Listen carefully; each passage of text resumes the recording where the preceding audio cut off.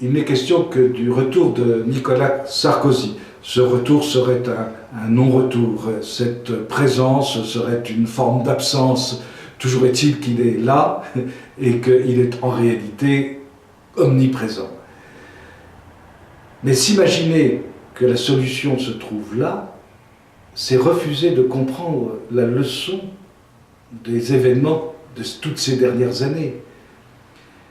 Entrer de nouveau dans des querelles d'hommes, dans des querelles de partis, et se rallier à des programmes qui sont des demi-programmes, des quarts de programme, alors qu'à l'heure actuelle, la question qui se pose pour la France est celle de sa solvabilité, de celle de la solvabilité de l'ensemble de ses comptes, que ce soit les comptes sociaux, que ce soit les comptes d'État, de sa crédibilité.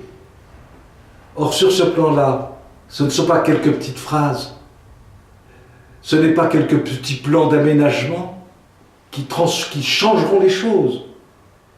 Il y a des problèmes de fond qui se posent.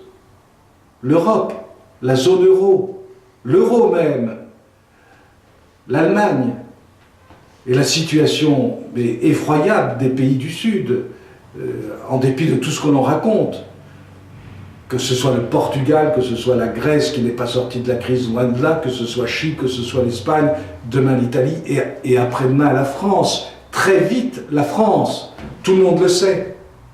Et personne ne veut envisager cet avenir. Or, c'est là que se révélera le véritable homme politique ou les véritables hommes politiques. Il n'y a pas d'homme providentiel qui puisse nous tirer de cette situation-là. C'est une question beaucoup trop grave. Il faudrait des équipes d'hommes qui soient hors parti. Les partis ont donné leurs mesures, c'est terminé. Il faut en finir. Ça ne veut pas dire pour ça qu'il n'y a pas des hommes politiques qui pourraient rendre des services. Mais dans le système tel qu'il fonctionne, absolument pas.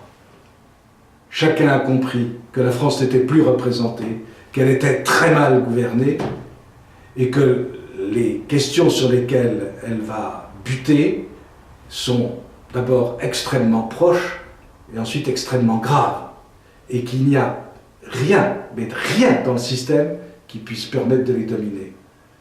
Donc, changeons de système. Et ça ne veut pas dire pour ça qu'il faut s'emparer du système.